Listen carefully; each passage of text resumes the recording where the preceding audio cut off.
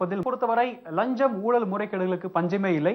குறிப்பாக 2G ஊழல், நிலக்கரி சுரங்க ஊழல் உள்ளிட்ட பல ஊழல்கள் இருந்தாலும் கூட இந்த அரசு துறை ஊழலெல்லாம் மிஞ்சும் வகையில் ஒரு தனியார் நிறுவனம் கிட்டத்தட்ட 100 லட்சம் கோடி ரூபாய்க்கு மேலாக ஊழல் செய்திருப்பது தற்பொழுது கடந்த ஒரு 10 ஆண்டுகளாக வெளிவந்திருக்கிறது. நான் சொல்லுவது 100 லட்சம் கோடி என்பது மிகவும் குறைவாக கூட இருக்கலாம் என்று கூறப்படுகிறது.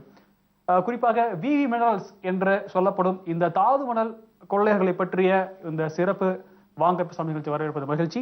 நம்மையே இந்த நிகழ்ச்சியில் கலந்து கொள்வதற்காக மீனவர் விடுதலை இயக்கத்தை சேர்ந்த திரு அந்தோணி ராய் வந்திருக்கிறார். வணக்கம் சார். வணக்கம்.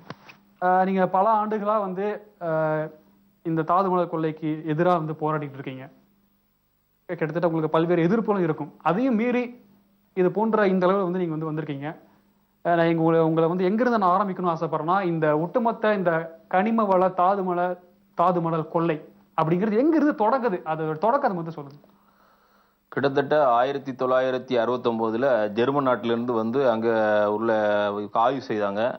ஆய்வு செய்து அங்கே மிகப்பெரிய ஒரு அணுசக்தி உருவாக்கக்கூடிய கனிமங்கள், பல வகையான ஒரு அரிய வகை கனிமங்கள் இருக்கிறது கண்டறியப்பட்டது.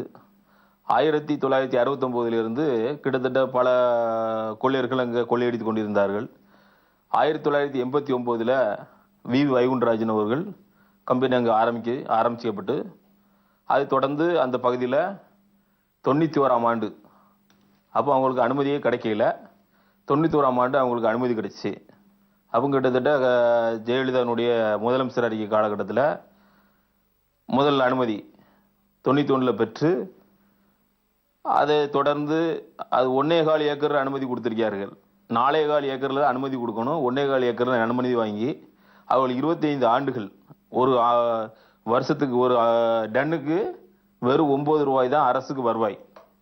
ஆனால் இவங்கள் அதில் கார்னட், இருமை, ரூட்டேல், சிக்கான், மோனாடைல்ங்கிற அரிய வகை கனிமங்கள், இதில் விலைமதிக்க முடியாத கனிமங்கள், இதில் பல நாடுகளுக்கு ஜப்பான், ரஷ்யா, அமெரிக்கா, லண்டன் இது போன்ற நாடுகளுக்கு இவங்க கடத்துறாங்க. அந்த மணலை, தாது மணலை கடத்தி எப்படி நீங்க சொல்ல முடியும்? ஏன்னா ஒரு அரசு அனுமதி பெற்று தான் போறதா. அரசு அனுமதி கொடுக்கறது கார்னட் கொடுக்கலாம் ஒரு தமிழக அரசு. கார்னட், இனிமே, ரூட்டல், சிக்கான், மோனாடைல்ங்கிறது ஒரு அணு ஆயுதம் செய்யக்கூடியது. இந்த அணு ஆயுதம் செய்யக்கூடியது ஒரு இந்திய அரசு தான் அதை மைனிங் செய்யணும். ஒரு தனியார் செய்ததுக்கு எந்த அரசுலையும் சட்டத்திட்டத்தில் இடம் கிடையாது. ஆனால் அது ஒரு தமிழ்நாடு அரசே இவங்களை சட்டவிரோதமாக கொடுத்துருக்காங்க. கொடுத்து அந்த 91 96 வரைக்கும் கனிமவளத்துறையினுடைய அமைச்சராக இருந்தது வேற யாருமே இல்லை. அது இப்போதைய இருக்கக்கூடிய முதலமைச்சர் தான் கனிமவளத்துறை அமைச்சராக இருந்தாங்க. அந்த காலகட்டத்தில் அவங்களுக்கு தொடர்ந்து 27 அனுமதிக்கு கொடுத்துருக்காங்க. அதுக்கப்புறம் கிட்டத்தட்ட தமிழகத்தில் 77 மைனிங் லீஸ், அதில் 64 பீச் மினரல் லீஸ். அதில் 64 பீச் மினரல் லீஸில் இதுவரைக்கும் அதிமுக ஆட்சி காலத்தில் தான் 62 beach mineral lease V Vaikundarajar கொடுத்துருக்காங்க. அதில் அவருடைய சகோதரர்கள் இப்போ பிஎம்சி, ஐஎம்சி, டான்சோல்டு இதெல்லாம் அவங்க ஒரே குடும்பத்தை சேர்ந்தவ, அவங்க அண்ணன் தம்பி தான். அதில் அவங்களுக்குலாம் எந்த அனுமதியுமே கிடையாது. தமிழ்நாடு சுற்றுப்புறச்சூழலுடைய அனுமதி, தமிழ்நாடு என்வாரன்மெண்ட் அனுமதி, எந்த ஒரு அனுமதியும் வாங்காமல் அவங்க மைனிங் செய்து சட்டவிரோதமாக. அது பார்த்தீங்கன்னா அரசு அனுமதி வழங்கியிருக்கிறது 20 சென்டிமீட்டர் அளவுக்கு தான் அவங்க மைனிங் செய்யணும். அவங்க 100 அடி ஆழத்தில் அவங்க மைனிங் செய்து கிட்டத்தட்ட பார்த்தீங்கன்னா அதனுடைய கடலோர பகுதியில் இருக்கக்கூடிய அந்த கிராமத்து மக்களுக்கு 200 மீட்டர் உள்ள தண்ணி உள்ளே பூந்து பல வீடுகள் அடித்து செஞ்சு என்னுடைய சொந்த ஊர் உவரி, அந்த ஊரில் மட்டும் கிட்டத்தட்ட 100க்கும் மேற்பட்ட வீடுகள் தண்ணியில் அடித்து செல்லப்பட்டது. சுனாமியில் போடவே அந்த வெள்ளங்கள் அங்கே வரல. ஆனால் இவங்களுடைய கொள்ளையினால் அந்த வீடுகள்லாம் இன்றைக்கி பார்த்தீங்கன்னா அடித்து ஒரு கடலரிப்பு ஏற்பட்டு மிகப்பெரிய ஒரு பாதிப்பு உருவாக்கியிருக்கு. அது மட்டும் இல்லாமல் அவங்களுக்கு ஆரம்ப காலத்திலிருந்து 89 அவங்க ஆரம்பிக்கப்பட்ட காலத்திலேருந்து இவங்களுக்கு ஒரு கூலிப்படை அமைச்சாங்க. ஏன்னா இவங்க கொள்ளையடிக்கணும்னா இவங்களுக்கு பின்னாடி ஒரு கூலிப்படை வேணும். அந்த கூலிப்படை அப்படின்னாக்கி அவங்களுக்குலாம் நாட்டு வெடிகுண்டுகள் செய்து கொடுத்து அவங்கள கடற்கரையிலேயே ஒவ்வொரு ஊரையும் 2 ஆக்குறதுக்கு உருவாக்கக்கூடிய ஒரு சூழ்நிலை ஏற்படுத்தினாங்க. ஏற்படுத்தி அங்கே பார்த்தீங்கன்னா கூத்தாங்குழி, இடுந்தகரை, உவரி, திருநெல்வேலி மாவட்டத்தில் இருக்கக்கூடிய 9 மீனவ கிராமங்கள், 9 மீனவ கிராமத்தில் இவங்களுக்கு சாதகமாக ஊரில் உள்ள ஒரு முக்கியமான ஒரு 10 நபரை இவங்க கையில் வச்சுக்கிடுவாங்க. அவங்களுக்கெல்லாம் மாதம் அவங்களுக்கு தேவையான பணங்களை கொடுத்து அவங்கள ஒரு பெரிய அடியாட்களாக்கி இவங்க ஒரு பெரிய கொள்ளையடிப்பதற்கு ஒரு உறுதுணையாக அவங்க இருந்தாங்க. அதனால அவங்களுக்கு எதிர்க்க யாரு 1992ஆம் ஆண்டு அருள் சகோதரர்கள் அருள் தந்தையர்கள் பல போராட்டங்கள் பண்ணாங்க. பண்ணும்போது அவங்களெல்லாம் அடிச்சு விரட்டி அவங்கள ஓடோடு துரத்திட்டாங்க. அது மட்டும் இல்லாமல் அவங்களை குறித்து யாராட்டும் எதிர்த்து பேசினா கூட, ஒரு மீடியாக்களை பேசினா கூட, ஒரு தொடர்ந்து அவங்கள வந்து எதிர்த்து ஒரு போராட்டம் பண்ணா கூட அவங்கள வந்து லாரி வீசி அடிச்சு கொண்டுருவாங்க, இல்ல வந்து ஆள் வச்சு அடிச்சு கொண்டுருவாங்க, கூலிப்படையை வச்சு அடிச்சு கொண்டுருவாங்க. இதனால அவங்கள யாருமே எதிர்க்க முடியல. அதுக்கப்புறம் தொடர்ந்து அவங்க வந்து அந்த மைனிங் லீஸ் வந்து அதையெல்லாம் கண்டுக்கிறாம தமிழகத்தில் இருக்கக்கூடிய முதலமைச்சர் அவர்கள், இப்போதைய முதலமைச்சர் தொடர்ந்து அவர்கள் பார்த்தீங்கன்னா வைகுண்டராஜ் அத்தனை அனுமதிகளும் அதிமுக அரசுல பெற்றிருக்காருன்னா அவங்களும் கொள்ளையடிச்சுக்கிட்டு இருக்காங்க. ஏன்னா கூட்டு கொள்ளையர்கள், இந்த கொள்ளை கூட்டத்தினுடைய தலைவரே இப்போதைய முதலமைச்சர் தான் சொல்ல முடியும். இல்ல நீங்க சொல்றதெல்லாம் பார்த்தா அவர் மிகப்பெரிய ஒரு மாஃபியா கும்பல் போல செயல்படுவதாக கண்டிப்பாக பின்னணி இருக்கக்கூடிய அரசியல் காரணங்கள் என்னவா இருக்கும்? அரசியல் காரணம்னா இன்னைக்கு வந்து இவங்களுக்கு பதவி தேவை, அவங்களுக்கு பணம் தேவை. இவங்களுக்கு பதவி வேணும்னா அவங்க கொள்ளையடிக்க பணத்துல ஒரு வாக்காளர்களுக்கெல்லாம் இன்னைக்கு பணம் கொடுத்து நாட்டையே அடிமைப்படுத்தி வச்சிருக்காங்க. இன்னைக்கு தமிழகத்தை பாத்தீங்கன்னா ஒவ்வொரு வாக்காளர்களுக்கும் 1000 ரூபாய் 500 ரூபாய் ஓட்டுக்கு பணம் கொடுக்கணும்னா வைகுண்டராஜினுடைய கொள்ளையடிக்கப்பட்ட பணம் தான் இன்னைக்கு அங்க எல்லாம் போய் சேருது. வாக்காளர் இந்த கடந்த பாராளுமன்ற தேர்தலில் ஒவ்வொரு தொகுதிக்கும் 100 கோடி ரூபாய் செலவு செய்திருக்காரு. அந்த குற்றச்சாட்டுக்கு எந்த ஆதாரமும் அத தமிழ்நாட்டில் இருக்கக்கூடிய அனைத்து மக்களுக்குமே தெரியுமா, ஒவ்வொரு வாக்காளர்களுக்கும் பணம் கொடுத்து என்னென்ன அளவுக்கு ஊழல் பண்ணாங்க. தமிழக இந்தியாவில எந்த மாநிலத்திலும் இல்லாம 144 தடை உத்தரவு ஏன் தமிழ்நாட்டில் மட்டும் போட்டாங்க? இவங்க பணம் பட்டுவாடா பண்றதுக்காக தான் போடப்பட்ட அந்த உத்தரவு. இதை நம்ம சொல்றதுக்கு எல்லா மக்களுக்கும், சாமானிய மக்களுக்கு, தமிழகத்தில் இருக்கக்கூடிய அனைத்து குடிமக்களுக்கும் தெரிஞ்ச ஒரு உண்மை கதை. இந்த பாராளுமன்ற தேர்தலில் ஒவ்வொரு வீட்டுக்கும் பணம் போய் சேர்ந்தது ஒரு உண்மை கதை. அந்த பணம் எங்க இருந்து போய் சேர்ந்ததுன்னா தாதுமணல் கொள்ளை கூட்டத்திலிருந்து உருவாக்கப்பட்ட பணம் தான். அந்த பணம் வந்து பட்டவாடை செய்யப்பட்டது. இந்த பணம் வந்து அது மட்டும் இல்லாமல் அவங்க வந்து தொடர்ந்து தமிழகத்தில் இன்னைக்கு 8500 பேர் கொலை செய்யப்பட்டிருக்காங்க. இந்த 4.5 வருஷமா இந்த 8500 பேர் கொலை அடிச்சிருக்காங்க, கொலை செய்யப்பட்டிருக்குன்னா அதுக்கு கூலிப்படை ஏவுதல் நெல்லை மாவட்டம், தூத்துக்குடி மாவட்டம், கன்னியாகுமரி மாவட்டத்துல இருந்து உருவாக்கப்படுது. இல்ல நீங்க சொல்லக்கூடிய தகவல் எல்லாமே வந்து 8000 பேர் கொலை செஞ்சிருக்கான்னு சொல்லியிருக்கீங்க, இத்தனை லட்சம் வந்து கொள்ளடிச்சாங்க. ஆனா இதெல்லாம் வந்து ஒரு டேட்டா பேஸே இல்ல, என்னென்ன மாதிரி செஞ்சிருக்காங்க அப்படின்னு சொல்லிட்டு. இது மட்டும் மறைக்கப்பட்டிருக்குதா இல்ல வந்து? இல்ல அவங்கள எழுததான் கொண்டுருவாங்கள, அவங்கள எழுக்கிறவங்கள மறுநாளே ஆள் வச்சு கொண்டுருவாங்க. இல்லாட்டினா வந்து கேஸ் போட்டு உள்ள போட்டுருவாங்க, இல்லாட்டினா மாநகராட்சி வழக்கு போட்டுருவாங்க. ஏன்னா என் மேல கிட்டத்தட்ட எத்தனையோ பொய் வழக்குகள் போட்டாங்க. தொடர்ந்து 2013 ஆர்ப்பாட்டம் பண்ண 12 நாள் சாகுற உண்ணாவிரதம் இருந்தேன். 4 9 12 13 2013 வரைக்கும் 12 நாள் சாகுற உண்ணாவிரதம் இருந்து 4 9 17 இந்த 16ஆம் தேதி வரைக்கும் நான் உண்ணாவிரதம் இருந்து 17ஆம் தேதி ஒரு உத்தரவு போடுறாங்க, தடை உத்தரவு போடுறாங்க. இந்த அம்மா ஏன்னா தமிழகத்திலே கூடிய அனைத்து அரசியல் கட்சி தலைவர்களும் மிகப்பெரிய ஒரு தாக்கத்தை கொடுத்தாங்க, நமக்கு ஆதரவா குரல் கொடுத்தாங்க. அது மட்டும் இல்லாம பல அமைப்புகள் ஒரு பெரிய எதிர்ப்பை கொடுத்தாங்க, மீனவ மக்கள் ஒரு பெரிய எதிர்ப்பை கொடுத்தாங்க. அதை தொடர்ந்து அந்த தடை உத்தரவை போட்டு ஒரு கண் துடைப்பு நாடகத்தை நடத்தி தமிழகத்துல அதுக்கு பிறகு மட்டும் கிட்டத்தட்ட 10 லட்சம் டன்னு தூத்துக்குடி துறைமுகத்திலிருந்து ஏற்றுமதி பண்றாங்க. இதுவரைக்கும் அந்த கொள்ளையடிச்சுட்டு தான் இருக்கான்னு ஒழிஞ்சு இதுவரைக்கும் தடை செய்யப்படல. விவி மினரல்ஸ் தரப்புல என்ன சொல்லப்படுதுன்னா, நாங்கள் அந்த மாதிரி வந்து அதிகாரத்தை மீறி நாங்கள் செயல்பட விரும்பல, இது செயல்பட்டதும் இல்லைன்னு சொல்லியிருக்காங்க. குறிப்பா வந்து மோனோசைட் சொல்லக்கூடிய அந்த தாது மணலை வந்து நாங்கள் ஏற்றுமதி செய்யறதை நிறுத்திட்டோம். குறிப்பா சொல்ல போனா சட்டவிரோதமா நாங்க வந்து இந்த குவாரி நடத்துவதற்கான எந்த ஆதாரமும் இல்லைன்னு சொல்லியிருக்காங்க. இன்னொரு காரணம் சொல்லியிருக்காங்க, தமிழகத்திலே சுற்றுச்சூழல் அனுமதி பெற்ற ஒரே நிறுவனம் விவி மினரல்ஸ் நிறுவனம் சொல்லிட்டு அவங்க தரப்பு வந்து தெரிவிக்கிறாங்க. இது உங்களுக்கு ஆதாரம் எப்படி இருக்கு? மோனோசைட் வந்து நாங்க வந்து ஏற்றுமதி செய்யறான்னு சொல்லிட்டு உங்களுக்கு எப்படி இந்த ஆதாரம்? மோனோசைட் இத்தனை கனிமங்களும் ஒரு அரிய வகை கனிமங்கள் இதுல கிடைக்குன்னா 12 வகையான கனிமங்கள். இதுல கார்னட், இன்மர், உட்டல், சிக்கான், மோனாடைல் இதையான ஒரு அரிய வகை கனிமங்கள். இதுல வந்து ஒரு அணு ஆயுதம் செய்யக்கூடியது மோனாடைல். மோனாடைல்ங்கிறது வந்து மைனிங் தெரியாங்கிறது ஆதாரப்பூர்வமாக நிரூபிக்க முடியும். ஏன்னா வந்து அவங்க இல்லைன்னு சொல்லி மறுக்க முடியாது. அது மட்டும் இல்லாமல் வந்து தொடர்ந்து பாத்தீங்கன்னா 2015 வரை 2013 ஒரு தமிழ்நாடு அரசு 16 மைனிங் லீஸ், ஒரு தமிழ்நாடு அரசு ஒரு சென்ட்ரல் கவர்மெண்ட் கொடுக்க வேண்டிய லீஸை ஒரு தமிழ்நாடு அரசு விவி வைகுண்டராஜனுக்கு கிப்டாக வழங்கியிருக்காங்க. அதுக்கான ஆதாரமும் இந்த அறிக்கை 16 மைனிங் லீஸ் இவங்க வந்து திருப்பி மோனாடைல் வரைக்கும் இவங்க எடுக்கலாம் அப்படிங்கிறத ஆதாரப்பூர்வமா கொடுத்துருக்காங்க. அப்போ வந்து அந்த எந்த சட்டத்திலும் இடமில்லாத ஒரு அனுமதியை ஒரு மாநில அரசு கொடுப்பதுன்னா அந்த மாநில அரசுக்கும் அந்த வைகுண்டராஜனுக்கு எந்த அளவுக்கு தொடர்பு இருக்குங்கிறத இதுல புரிஞ்சுக்க வேண்டாமா? நிச்சயமாக குறிப்பா அந்த விவி மினரல்ஸ் சொல்லக்கூடிய அந்த ஒரே ஒரு கம்பெனியை மட்டும் நீங்க வந்து மையப்படுத்தி குற்றம் சாட்டுவது என்ன காரணம்? ஏன்னா அது கூட நிறைய கம்பெனிகள் இருக்கு. நீங்க குறிப்பா அந்த விவி மினரல்ஸ் மட்டும் ஏன் வந்து டார்கெட் பண்றீங்க? ஒரு தொழில் என்பது 4 பேர் செய்தா அது ஒரு தொழில், 10 பேர் செய்தா தொழில், 100 பேர் செய்தா தொழில். ஒரே ஒரு குடும்பத்தை சேர்ந்தவங்க மட்டும் செய்தது அது கொள்ளை. அது வேற எந்த கம்பெனியும் இல்லை. பிஎம்சிங்கிறது அவருடைய கூட பிறந்த தம்பி, ஐஎம்சிங்கிறது அவருக்கு கூட பிறந்த தம்பி, டேன் சொல்லிட்டு வெளிநாட்டு கம்பெனி அவர் அதையும் வாங்கி அவர் கூட வந்த தம்பி தான் வச்சிருக்காரு. இன்னைக்கு வேற யாருமே அங்கே கொள்ளையடிக்கல, அவங்க மட்டும்தான், ஒரே குடும்பம் தான். இன்னைக்கு பிஎம்சிக்கு எந்த அனுமதியும் கிடையாது, என்ஆர்மெண்ட் அனுமதியும் கிடையாது, தமிழ்நாடு சுற்றுப்புற சூழ்நிலை அனுமதியும் கிடையாது, எந்த அனுமதியும் கிடையாது. அவங்களும் பல லட்சக்கணக்கான கோடி ரூபா கொள்ளையடிச்சிருக்காங்க. அது மட்டும் இல்லாமல் ஐஎம்சிக்கு எந்த அனுமதியுமே கிடையாது.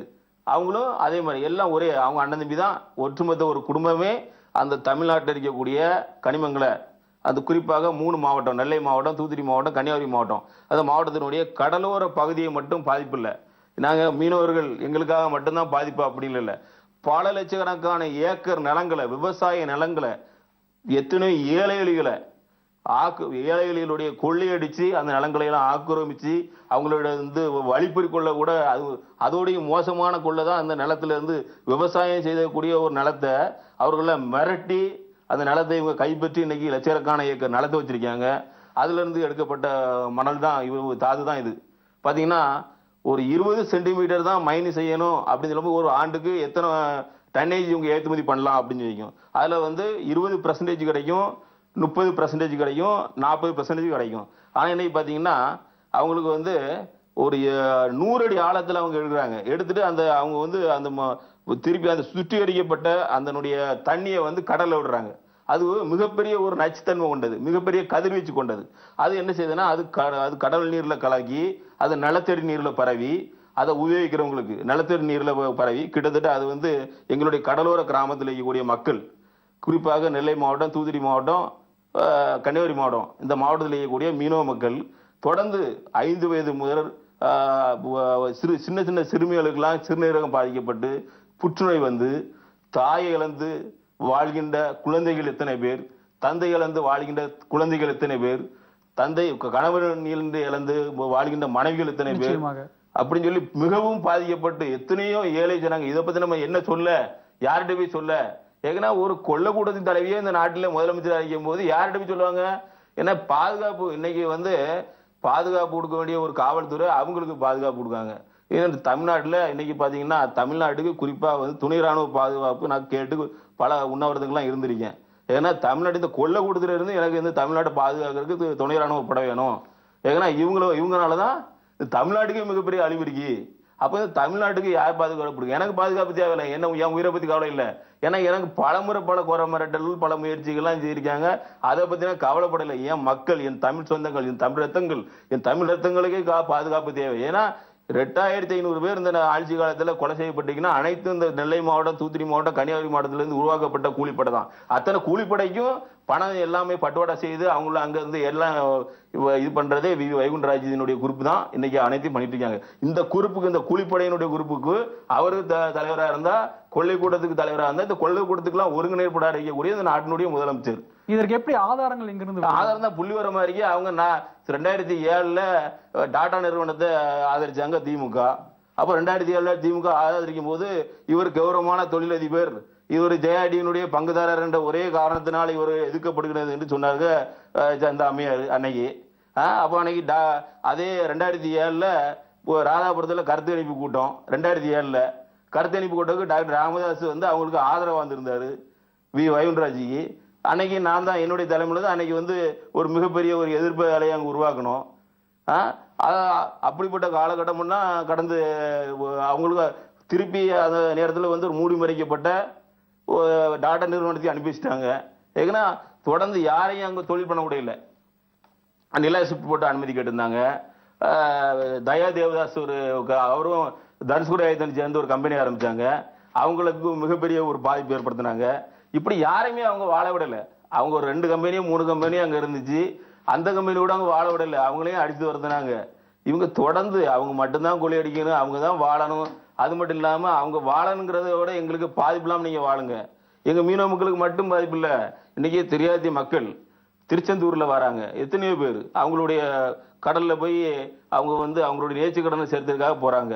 அப்ப அந்த கடல் நீர்ல அவங்க வந்து மூழ்கி அவங்க வந்து அவங்களுடைய நேர்ச்சி கடனை செலுத்தும் போது அதனுடைய நச்சுத்தன்மை அவங்களுடைய உடல்ல பரகும் போது அதனுடைய நோய் பரப்பாகுகள் எத்தனையோ ஏற்படலாம். அது மாதிரி கன்னியாகுமரி ஒரு பெரிய சுற்றுலா தலம், அது மாதிரி ஊரிங்கிறது ஒரு பெரிய சுற்றுலா பயணிகள் வரக்கூடிய பகுதி. எல்லாமே அந்த பகுதியில் எல்லா சமூக மக்களும் எல்லா பகுதியுடைய மக்களும் வரக்கூடிய ஒரு பகுதி.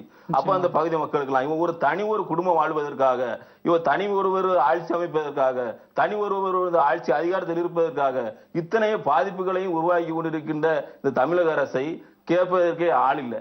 நிச்சயமாக. பொதுவாக வீதி மினரல்ஸ் மேல வைக்கப்படுற முதன்மையான குற்றச்சாட்டு என்னன்னா, ஒரு குறிப்பிட்ட அளவு வந்து நிலப்பரப்புல வந்து அனுமதி வாங்கிட்டு அதற்கு மேற்பட்ட இடங்கள்ல வந்து இந்த மாதிரி கோரி அமைக்கப்பட்டு தாதுமலை அலுவலகம் வந்து குற்றச்சாட்டு இருக்கு. இது எந்த அளவுக்கு உண்மை? இது பாத்தீங்கன்னா 4.25 ஏக்கர் இடம் இருந்தா ஒரு அனுமதி கொடுக்கலாம் அப்படிங்கிறது சட்டத்துல இருக்கு. அது வந்து 20 சென்டிமீட்டர் தான் அவங்க மைனிங் செய்யணும். 20 சென்டிமீட்டர் மைனிங் செய்ய வேண்டிய ஒரு இதை அவங்க 100 அடி ஆழத்துல மைனிங் செய்யறாங்க. 100 அடி ஆழத்துல மணல் செய்தா அதனுடைய கடல் நீர்கள் வந்து கரையை நோக்கி செல்லுது. அப்ப 200 மீட்டர் கடல் எல்கையில இருந்து 200 மீட்டர் உள்ள வந்துட்டு அப்போ வந்து மைனிங் சட்டவிரோதமாக செய்யறாங்கன்னு சொல்லி அந்த வீட்டுக்கு அருகாமையில 500 மீட்டர் வீடு ஒரு குடியிருப்புகள் இருந்தா அந்த குடியிருப்புல இருந்து 500 மீட்டருக்கு அப்பால் தான் இவங்க மைனிங்கே செய்யணும். ஆனா குடியிருப்புக்கு பக்கத்திலேயே அவங்க வந்து 100 அடி ஆழத்துல மணல் எடுக்கிறாங்க. அப்போ எவ்வளவு பெரிய பாதிப்பு மக்களுக்கு உருவாக்கப்படுது, அவங்களுடைய குடியிருப்புகள் எந்த அளவுக்கு பாதிக்கப்படும், அதை பத்திலாம் கவலை கிடையாது. இத்தனையும் பார்த்து கொண்டு வேடிக்கை பார்த்துட்டு சட்டம் ஒரு இருட்டறையாக இருளப்பட்டு இன்னைக்கு பாத்தீங்கன்னா நெல்லை மாவட்டம் கன்னியாகுமரி மாவட்டத்துல இவங்களை எழுத்து யாரும் நிக்க முடியாது, பேச முடியாது, பேசினா மறு நிமிஷம் இருக்க முடியாது. அத்தனையும் தாண்டி ஏதோ கடவுளுடைய கிருபையினால உங்க முன்னால வந்து பேசிட்டு இருக்கீங்க. உங்களுக்கு என்ன மாதிரி எதிர்ப்புகள்? ஏன்னா கிட்டத்தட்ட 10 வருடங்களா வந்து போராடிட்டு வரீங்க. உங்களுக்கு என்ன மாதிரியான எதிர்ப்புகள், உங்களுக்கு மிரட்டல்கள் தான்? மிரட்டல்கள் பாத்தீங்கன்னா என் மேல பொய் வழக்கு போட்டாங்க. தொடர்ந்து நான் வந்து மிக கல்வி சேவகராக கிட்டத்தட்ட அன்னை தெரசமா கல்வி அறக்கட்டளை பல ஒரு 48 காலேஜ் கல்லூரிக்கு, நர்சிங் கல்லூரி, பல கல்லூரிகளுக்கு ஒரு 26 மாணவர்களை ₹1 செலவில்லாம நான் என்னுடைய பணியோட 12 வருஷமா கிட்டத்தட்ட மாணவர்கள் உருவாக்கியிருக்கேன். வங்கிகள் மூலம் வங்கி கடன் வாங்கி அவங்கள படிக்க வச்சிருக்கேன். ஆனா வந்து அந்த எது நான் நல்லது செய்தனோ இவங்க விவி காலேஜ் ஆரம்பிச்சாங்க, எல்லா தொழிலும் இவங்களே ஆரம்பிச்சு கடைசியில என்னுடைய நெருக்கடியான காலத்துல இவங்க மேல என் மேல எந்த குற்றச்சாட்டு இவங்களால பண்ண முடியாத நேரத்துல அந்த மாணவர்களுக்கு தான் என் மேல கம்ப்ளைண்ட் கொடுத்தா 3 லட்சம் ரூபாய் 3 லட்சம் ரூபாய் கொடுத்து அவங்களெல்லாம் கம்ப்ளைண்ட் கொடுத்து அதெல்லாம் Valliyur court, Tiruchendur court, Sathankulam court எல்லா காவல்துறையும் இவங்களுக்கு உடந்தையா இருந்து மேல பல நெருக்கடியான ஒரு சூழ்நிலை உருவாக்கப்பட்ட போது வள்ளியூர் நீதிமன்றத்துல பல வழக்குகள் வந்து தள்ளுபடி செய்தாங்க. இவர் மேல் சுமத்தப்பட்டது பொய் வழக்கு, தாதுமலை எழுத்து வந்ததனால் இவர் மேல் போடப்பட்டது பொய் வழக்குன்னு வள்ளியூர் நீதிமன்றத்தில் தள்ளுபடி செய்திருக்காங்க. அதே மாதிரி பல அவர் தான் நீதிமான் மாதிரி எனக்கு தெரியுது தென் மாவட்டத்தை பொறுத்தளவுக்கு வள்ளியூர் நீதிமன்றம். வேற எல்லாமே வந்து அவங்களுக்கு ஆதரவா செயல்படக்கூடிய ஒரு காலகட்டத்தில் அவங்க உருவாக்கி வச்சிருக்காங்க. அவரே என்கிட்ட நேரடி சொன்னார், 54 நீதிபதிக்கு நான் பணம் கொடுக்குறேன்னு வி வைகுண்டராஜனே என்ற போன்ல நேரடியா சொல்றாரு. நீங்க ஏன் என்ன மட்டும் தமிழ்நாட்டில் எல்லாத்தையும் நான் கையில் வச்சிருக்கேன், நீங்க மட்டும் என்ன காரணம்? நான் உங்களுக்கு என்ன வேணும்னு சொல்லுங்க, நான் எனக்கு எதுவுமே வேண்டாம், எங்க மக்களுக்கு விடுதலை கொடுங்க, எங்க மக்களுக்கு இடையூறு கொடுக்காதீங்க, உங்க தொழில நீங்க பாருங்க, எங்க தொழில நாங்க பாக்குறோம், எங்களுக்கு உங்களுடைய கழிவு நீர்கள் எல்லாம் கடல்ல விடாதீங்க, உங்களுக்கு நாங்க என்ன தீங்கு செய்தோம்? எங்க ஊர்ல வந்து பாத்தீங்கன்னா எல்லாரும் ஒரு ஒற்றுமையா வாழணும், ஒற்றுமை நிம்மதியா வாழணுங்கிறத என்னுடைய எண்ணம். கூத்தமல்லி பகுதியில் பாத்தீங்கன்னா ஊரை 2ஆக்கி கிட்டத்தட்ட 1000கணக்கான நாட்டு வட்டி கூடல் கொடுத்து 2013ல ஒரு 17 வீடுகளை அடிச்சு நொறுக்கப்பட்டுச்சு. அப்போ ஊர் கமிட்டி இருக்கும்போது அந்த ஊர்நில கமிட்டி ஒரு பக்கத்துல இருக்கும்போது ஒரு 10 பேரை மட்டும் உருவாக்கி இவங்களுக்கு சாதகமான ஆட்களை அவங்க அனுப்பி அங்க பெரிய கலவரத்தை உருவாக்குனாங்க. அதுக்கடுத்தால அந்த மக்கள் வந்து இடுந்தரையில போய் தஞ்சம் புரிந்தாங்க. இடுந்தலை போய் தஞ்சம் போகும்போது இவங்களே ஆள் வச்சு பாவம் வச்சு அடிச்சு கொலை பண்ணி 9 பேர் ஒரே நாள்ல இறந்தாங்க. இதெல்லாம் வந்து மூடப்பட்ட எத்தனையோ கதைகள் இருக்கிறது. வந்து கிரேனைட் முறைகேடுல இன்னைக்கு வந்து ஒரு அதுல இருந்து 1000 மடங்கு, இது 1 மடங்குனா இது 1000 மடங்கு. இதை குறித்து யாரும் பேசுறதுக்கு வர மாட்டேங்கிறாங்க, சொல்றதுக்கும் வர மாட்டேங்கிறாங்க. ஏன்னா சொன்னாலும் அவங்களுக்கு பாதிப்பு வந்துடும், இதை கேட்டாலும் பாதிப்பு வந்துடும், அது குறித்து போராட்டம் பண்ணாலும் பாதிப்பு வந்துடும். அதெல்லாம் எல்லாரும் அச்சத்தோடு பின்வாங்க. தமிழ்நாட்டை காப்பாத்துறது யாரு? குறிப்பாக நீங்க சொல்லப்பட்ட இந்த குற்றச்சாட்டை வந்து ஓரளவுக்கு வெளியே கொண்டு வந்தது அப்படிங்கிறது 2003க்கு பிறகு. குறிப்பா 2013ஆம் ஆண்டு வந்து தூத்துக்குடி மாவட்ட ஆட்சியர் ஆஷிஷ் குமார் வந்து ஒரு பிரஸ் மீட் வச்சிருந்து சொல்லியிருந்தாரு, இந்த மாதிரி தாதுமலை கொலை நடக்குது அப்படின்னு சொல்லியிருந்தாரு. அவர் சொல்லின ஒரு 2 மாதத்திற்கு பிறகே வந்து அவர் வந்து டிரான்ஸ்ஃபர் பண்ணிட்டாங்க. இதற்கு என்ன பேக்ரவுண்ட் இருக்கா நினைக்கிறீங்க? இல்ல அது வந்து எப்படின்னா ஆதிஷ்குமார் வந்து அவர் வந்து நடவடிக்கை எடுக்கல. பலமுறை அவர்கிட்ட போய் மனு கொடுத்தேன், பல பெட்டிஷன் கொடுத்தேன், கொடுக்கல.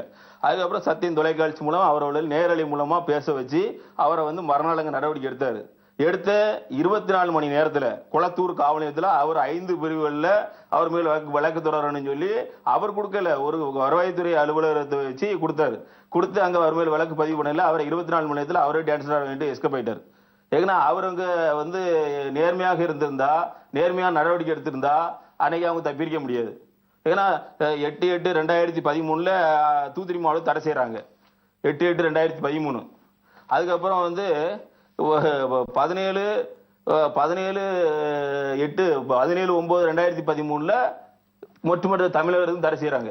ஆனா இன்னைக்கு வரைக்கும் கொள்ளையடிச்சு துறைமுகத்து மூலமா எழுதிட்டு இருக்காங்க. அது துறைமுகத்தினுடைய பொறுப்பாளராக பதவி வகித்த சுப்பையா அவர்கள் வந்து 8,43,00,000 அவர் வந்து காசோலை வாங்கியிருக்காருன்னு அவர் மேல வழக்கு தொடரப்பட்டு அது சிபிஐ விசாரணை வரைக்கும் போய் இன்னைக்கு வரைக்கும் அது இழுவையில் கேஸ். அது வந்து ஒரே ஒரு சுப்பையா மட்டும்தான் இந்த நாட்டுக்கு அடையாளம் தெரியும். அந்த சுப்பையா போல எத்தனையோ பேர் இன்னைக்கு மாவட்ட ஆட்சி, எத்தனையோ மாவட்ட ஆட்சித்தலைவர் 1989 இருந்து இன்னைக்கு வரைக்கும் கணக்கெடுத்து பார்த்தா அத்தனை மாவட்ட ஆட்சித்தலைவர், ஏடி மைன்ஸ், கனிமவளத்துறை செயலர், கனிமவளத்துறை தொழில்துறை செயலர், தொழில்துறை கனிமவளத்துறை அமைச்சர், இப்படி அவங்க அவ்வளவு பேருமே இதுல கொள்ளைக்கு உறுதுணையாக இருந்திருக்காங்க. அதுல 200க்கு மேற்பட்ட ஐஏஎஸ் அதிகாரிகள் அதுல உடந்தையா இருந்திருக்காங்க. அவர்களெல்லாம் கண்டிப்பா வந்து இதுல ஒரு நேர்மையான ஒரு அரசியல்வாதிகள் கண்டிப்பா இதை குரல் கொடுத்தா இது வந்து ஒரு பெரிய ஒரு பிரச்சனையை கொண்டு வரலாம். இன்னைக்கு எங்களுக்கு வந்து பாத்தீங்கன்னா அந்த டைம்ல 2013 என்னுடைய போராட்டத்துல உண்ணாவிரதம் 12 நாள் உண்ணாவிரதம் இருக்கும் போது நிறைய கட்சிகள் ஆதரவு தந்தாங்க. கேப்டன்லாம் பயங்கர ஆதரவு கொடுத்தாங்க. தேதிமுக, கம்யூனிஸ்ட் கட்சி, நிறைய கட்சிகள் அந்த நம்மளுக்கு ஆதரவு கொடுத்தாலும் அவங்க வந்து ஒரு நிமிட்டு தான் போக முடியும். போற அளவுக்கு அவங்க கூட இல்லை. ஏன்னா அவ்வளவு பேர் மேலே அவங்க வந்து ஒரு பெரிய பூகம்பத்தையே உருவாக்குற மாதிரி அவங்கள வந்து ஒரு ஆள் வச்சு பெரிய கொடும்பாக இருக்கிறதும், அவங்க மேல பெரிய ஒரு குற்றச்சாட்டை கொண்டு வர்றதும், அப்படி பண்ணும்போது அவங்க எல்லாம் ஒரு பின்வாங்க வேண்டிய ஒரு காலகட்டத்துக்கு ஆளாயிட்டாங்க. 2013 வந்து ஆஷிஷ்குமார் இந்த பிரச்சனைக்கு அப்புறமேட்டு வந்து ககன்தீப் சிங் பேடி அவர் வந்து ஒரு அறிக்கை தாக்கல் செய்ய வந்து சொல்லியிருந்தாங்க உயர்நீதிமன்றம். அதன் அடிப்படையில் வந்து பார்த்தீங்கன்னா கிட்டத்தட்ட அவர் வந்து இருக்கக்கூடிய அனைத்து கனிம வள குவாரிகளுக்கும் வந்து சென்று ஆராய்ச்சி செஞ்சு மேற்கொண்டிருந்தாங்க. ஆனா இதுவரை வந்து அந்த அறிக்கையை வந்து வெளியிட வந்து தமிழக அரசு வந்து தயங்குவது ஏன்? தமிழக அரசு அதுல ஒரு மிகப்பெரிய நாடகம் ஆடி தயவுசிங் பேடியை வந்து அங்க வந்து உருவாக்கப்படுது. அப்போ அந்த பேடியினுடைய கமிட்டியை நம்ம ஏத்துக்க முடியாதுன்னு நான் மீண்டும் உண்ணாவிரதம் இருக்கிறேன்.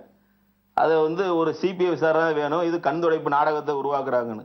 ஒரு நாட்டுல வந்து கொள்ளையடிக்கலாமா கொள்ளையடிக்க கூடாதுன்னு சொல்லி கருத்து கேட்ட ஒரே கமிட்டியா தான்.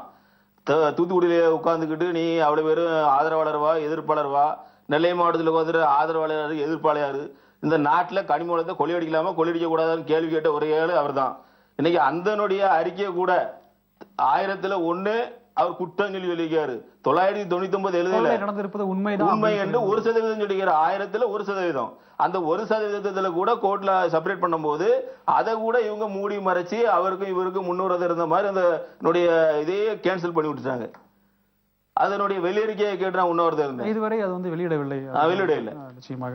அடுத்ததா வந்து குறிப்பா வந்து இந்த பல்வேறு கட்ட ஆராய்ச்சிகள்லாம் வந்து மேற்கொள்ளும் பொழுது ஏன் வந்து இது வந்து இன்னும் அடுத்த லெவலுக்கு ஒரு சிபிஐ விசாரணைக்கோ இல்ல வந்து இன்னும் ஒரு மத்திய அரசுடைய விசாரணைக்கோ வந்து ஏன் வந்து கொண்டு போக முடியல? இதுக்கு தடங்களா இருப்பது என்ன, தமிழக அரசு தான் காரணமா இல்ல தமிழக அரசு இருக்கக்கூடிய அதிகாரிகள், அமைச்சர்கள் இவர்கள் காரணமா?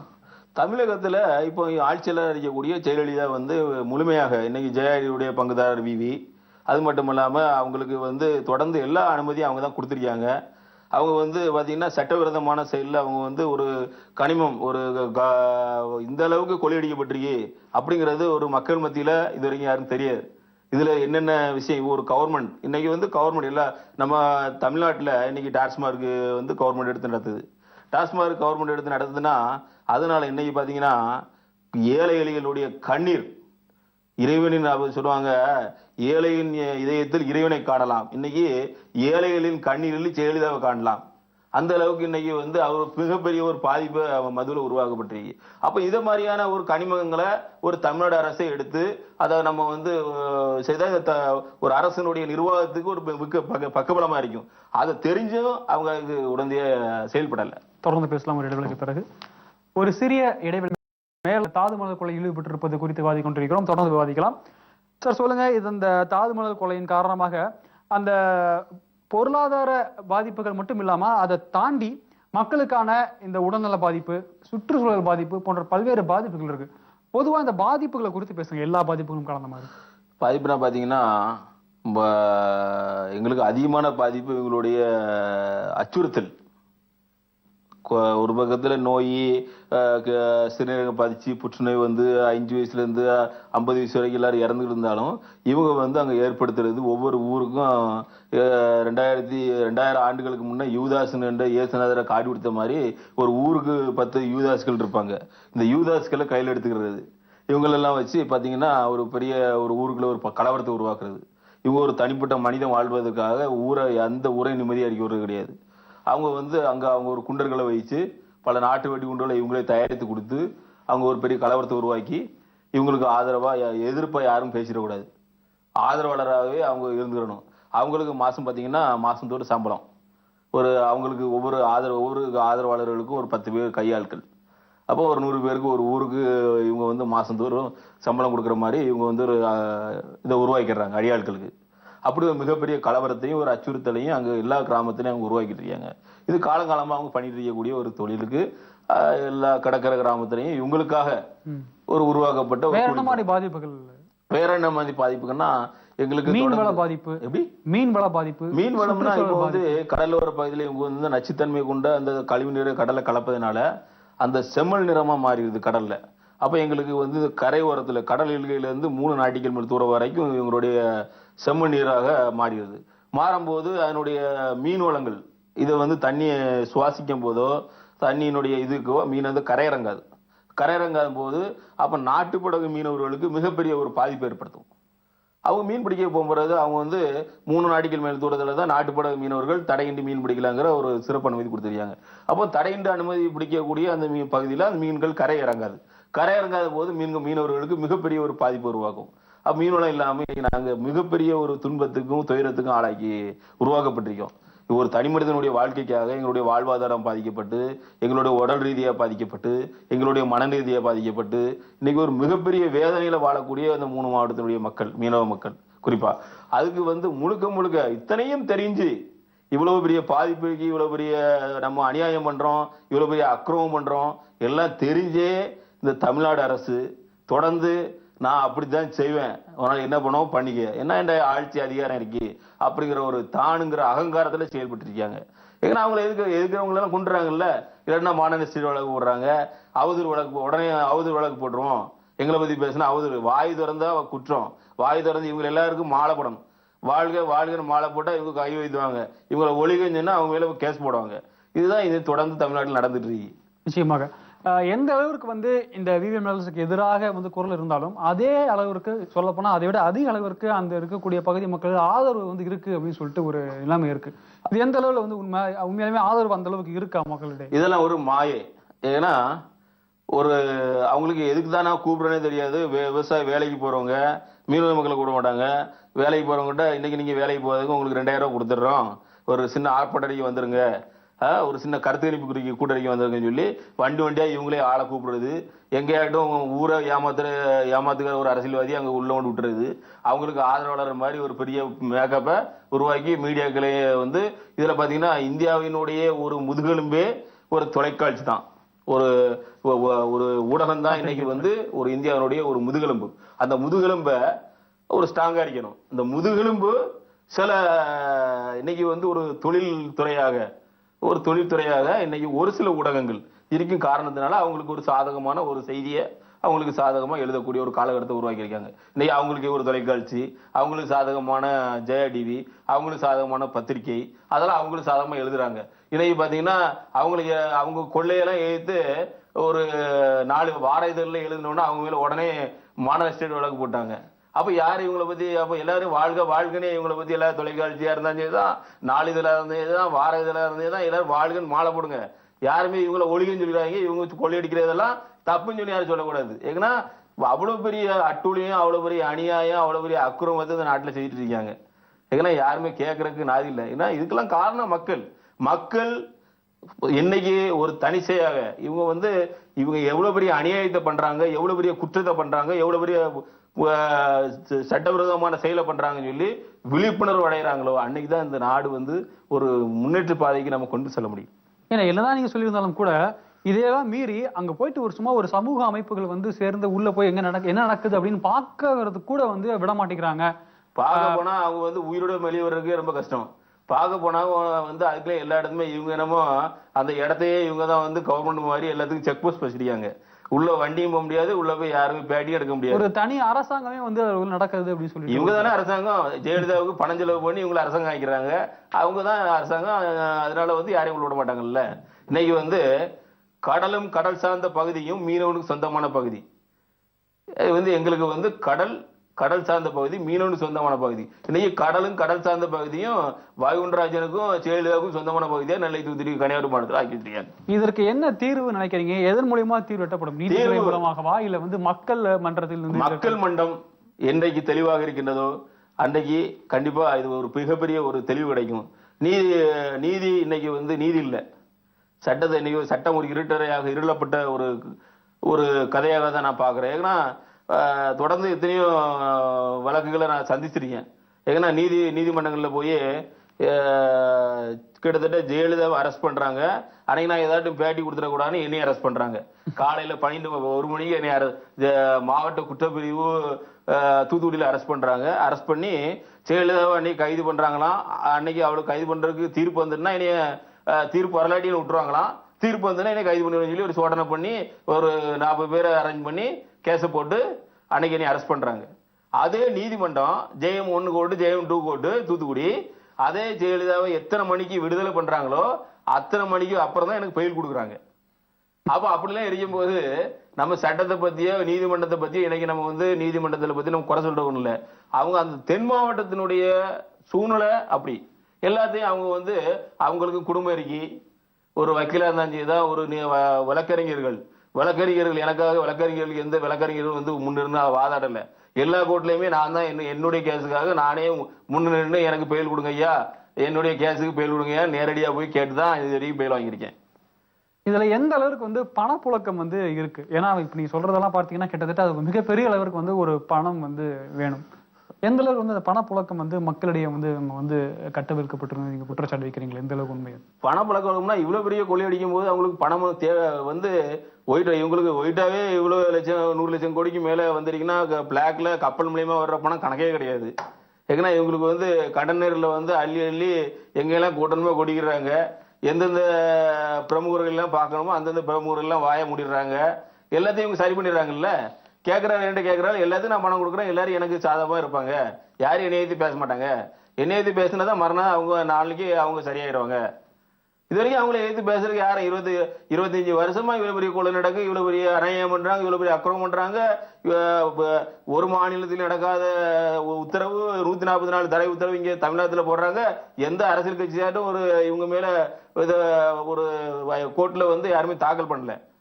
ஏன்னா இப்ப ஆஜிஷ்குமார் பிரவீன்குமார் வந்து தேர்தல் கமிஷனர் வந்து ஒரு உத்தரவு போடுறாருன்னா அந்த உத்தரவு எதுக்காக போடப்பட்டதுன்னா பணம் பட்டுவாடாக போடப்பட்டது. இந்த பணம் பட்டுவாடா பண்ணும் போது ஏன் இங்க தமிழ்நாட்டில் இருக்கக்கூடிய அரசியல் கட்சி தலைவர்கள்லாம் ஏன் ஒற்றுமொத்தமாக அதை எதிர்க்க கூடாது, அந்த தேர்தலை நாங்க புறக்கணிக்கிறோம் அப்படின்னு சொல்லக்கூடாதுன்னா சொல்லிருக்கேன்ல, சொல்ல இல்லையே. நிச்சயமாக நீங்கள் வந்து இந்த அரங்குதற்கு வந்து இவ்வளவு தூரம் வந்து சொல்வதற்கு எனக்கு என்னவோ மிகப்பெரிய ஒரு மிரட்டல் உங்களுக்கு வந்து வந்திருக்கும்னு தோணுது. உங்களுக்கு எந்த அளவுக்கு வந்து இந்த கடந்த 10 ஆண்டுகளை வந்து உங்களுக்கு மிரட்டல் சந்திச்சிருக்கீங்க? எனக்கு இப்ப தொடர்ந்து பாத்தீங்கன்னா 2009 இருந்து 2007 திமுக பீரியட்ல நான் வந்து ஒன்றிய கவுன்சிலர் இருந்தேன். அப்ப இருந்து தொடர்ந்து போராட்டத்தில் இருக்கேன். பலமுறை பல பேச்சுவார்த்தைகள் பண்ணாங்க, பல மிரட்டல் பண்ணாங்க, பல பேரம் பேசினாங்க. உங்களுக்கும் என்ன வேணும், தமிழ்நாட்டுல பெரிய தொழிலதிபர் ஆக்கிடுறேன், தமிழ்நாட்டுல எந்த தொழில சட்டமன்ற உறுப்பினராக ஆக்கிடுறேன், உங்களுக்கு பெரிய என்ன எத்தனை கோடி ரூபாய்னாலும் கொடுக்குறேன், பல பேச்சுவார்த்தைகள் பண்ணி எனக்கு பல கொலமிரட்டல்கள் கொடுத்து பல அச்சுறுத்தல்களை தந்து எல்லாமே கொடுத்தா எல்லா மனிதர்களுமே அவங்களுக்கு அடிமையாகிட்டா யாரு தான் இந்த மக்களுக்காக குரல் கொடுப்பது? இப்போ மக்கள் என்ன தேர்ந்தெடுத்திருக்காங்க பாத்தீங்கன்னா, இவங்க வந்து கொடுத்துருக்காங்க 25 பஞ்சாயத்து தலைவர் மான ரோசம் சூடு சொரண வைக்க அத்தனை இழந்து ஒவ்வொருவரும் 20 லட்ச ரூபா வாங்கிட்டு ராதாபுரம் ஒன்றியத்துல 27 பஞ்சாயத்து தலைவர், அதுல 25 பஞ்சாயத்து தலைவருக்கு ஆளுக்கு 20 லட்ச ரூபா கொடுத்து கூட்டு வந்திருக்காங்க. கூட்டு வந்து ஜெயலலிதா கொடுக்குறாங்களாம் கம்ப்ளைண்ட். என்ன கம்ப்ளைண்ட்? இந்த தாது மணல்ல உடனே எங்களுக்கு மணல் ஆலையெல்லாம் திறக்கணும், இதுல 10,000 மீனவர்கள் எங்கிட்ட கூலி வேலை பாக்குறாங்க. யார்கிட்ட கூலி வேலை பார்ப்போமா நாங்க மீனவங்க? நாங்க சுயமா இயற்கையோடு போராடி இன்னைக்கு வரைக்கும் இயற்கையோடு போராடி சுயமா தொழில் பார்க்கக்கூடியவங்க எங்களை கூலி வேலை பாக்குறாங்கன்னு சொல்லி இவன் தனி கொள்ளை அடிக்கிறதுக்கும் அவ ஆழ்த்தி அடிக்கிறதுக்கும் அவங்களே சுழிச்சு உருவாக்குறாங்க. இதுக்கு 25 பஞ்சாயத்துல கூட்டு போறாங்க. அன்னைக்கு ஒரு உருவாக்கப்பட்ட ஒரு பெரிய சோதனையில அந்த இதுல கூட என் பேரை மட்டும்தான் மென்ஷன் பண்றாங்க. அந்தோனி ராய் ஒருவர் தான் எதிர்ப்பு, வேற யாருமே கிடையாது. ஜனநாயக நாட்டுல வேற யாருமே இல்லையா இந்த அநியாய தட்டியக? இறுதியாக உங்களுடைய கருத்து, இதற்கெல்லாம் வந்து என்ன தீர்வு என்று நினைக்கிறீர்கள்? உங்களுடைய சுருக்கமா உங்களுடைய கருத்தை சொல்லுங்க. இதுக்கெல்லாம் தீர்வு வருகின்ற சட்டமன்றத்துல வருகிற தேர்தலில் ஒரு மாற்று ஒரு ஏற்பாடை மக்கள் உருவாக்கணும். அது மட்டும் இல்லாம ஒரு புரட்சிகரமான ஒரு போராட்டங்கள் அங்கங்கே அந்தந்த தனிப்பட்ட அமைப்புகள் பல கட்சிகள் இதுக்கு முன் வரணும். உண்மையிலே தமிழ்நாட்டையும் தமிழ்நாடு மக்களையும் நேசிக்கின்ற ஒவ்வொரு கட்சிகளும் இதுக்கு குரல் கொடுக்கணும். நான் இந்த அரங்கத்துக்கு வந்து முக்கியமான ஒரு 5 கோரிக்கையை நான் வைக்கிறேன். இந்த 5 வகையான கோரிக்கை என்னன்னா, இந்த தாது மணல் கொள்ளையை குறித்தும், டாஸ்மார்க் மொத்த ஒட்டுமொத்த பூரண மதுவிலக்கு, இது வந்து மக்களுக்கு ஒரு முக்கியமான ஒரு பிரச்சனை. ஏன்னா அது வந்து அந்த பிரச்சனையில எல்லா கட்சியும் ஒன்றிணைந்து குரல் கொடுத்த போது கூட இந்த அம்மா செவிசாகி இல்லை. அப்படிப்பட்ட ஒரு ஆணவத்தில் இருக்கக்கூடிய ஒருத்தரை அவ்வளவு பேரும் கை விட்டுறாங்க, அப்படி அமைதியா உட்கார்ந்துருக்காங்க. அதை மீண்டும் அதையும் ஒரு பெரிய அளவுல கொண்டு வரணும். இந்த தாதுமணல் பிரச்சனையும் ஒரு பெரிய ஒரு இதாக அனைத்து கட்சியும் ஒருங்கிணைந்து செயல்படணுங்கிறது என்னுடைய கருத்து. இரண்டாவது கோரிக்கை மக்கள் பொதுவான அனைத்து இளைஞர் அமைப்புகளும் மாணவ அமைப்புகளும் வழக்கறிஞர்களும் சட்டக்கல்லூரி மாணவர்களும் இதுக்கு வந்து ஒரு மிகப்பெரிய ஒரு குரல் கொடுக்கணும். ஏன்னா இவ்வளவு பெரிய ஒரு அக்கிரமம் ஒரு அநியாயம் சட்டவிரோதமாக ஒரு தென் மாவட்டத்துல ஒரு தனிப்பட்ட ஒரு குடும்பம் இவ்வளவு பெரிய ஒரு அக்கிரமத்தை செய்யறதுக்கு ஒரு ஜெயலலிதா ஒரு உறுதுணையா இருக்கிறார் என்பதை மக்கள் மத்தியில ஒவ்வொருவருடைய ஆழமான மனசுல போய் ஏறணும். ஏன்னா ஒவ்வொரு வாக்காளர்களுக்கும் 1000 ரூபாய் கொடுத்து இவங்க விலைக்கு வாங்கிடுறாங்க. 5 வருஷம் இந்த நாட்டை அவங்க விலைக்கு வாங்கிடுறாங்க. இந்த 5 வருஷமா அவங்க பண்ற கோட்டித்தனம் கணக்கெடுக்க முடியல. நிச்சயமாக பல எதிர்ப்புகளையும் மீறி இவ்வளவு நேரம் எங்க இந்த அரங்கருக்கு வந்து உங்களுடைய கருத்துக்களை பகிர்ந்து மிக்க நன்றி. நேயர்களே, பொதுவாக இந்த 1 மணி நேரம் விவாதத்தில் கிட்டத்தட்ட 100 லட்சம் கோடி ரூபாய்க்கு மேலாக இந்த கனிம வள ஊழல் நடந்திருப்பது வந்து தெரிய வந்திருக்கிறது. இதற்கெல்லாம் எப்போது தீர்வு கிடைக்கும் என்பது பொறுத்துதான் காண வேண்டும். மீண்டும் நாளை இதே வாங்க பேசலாம் சந்திக்கலாம்.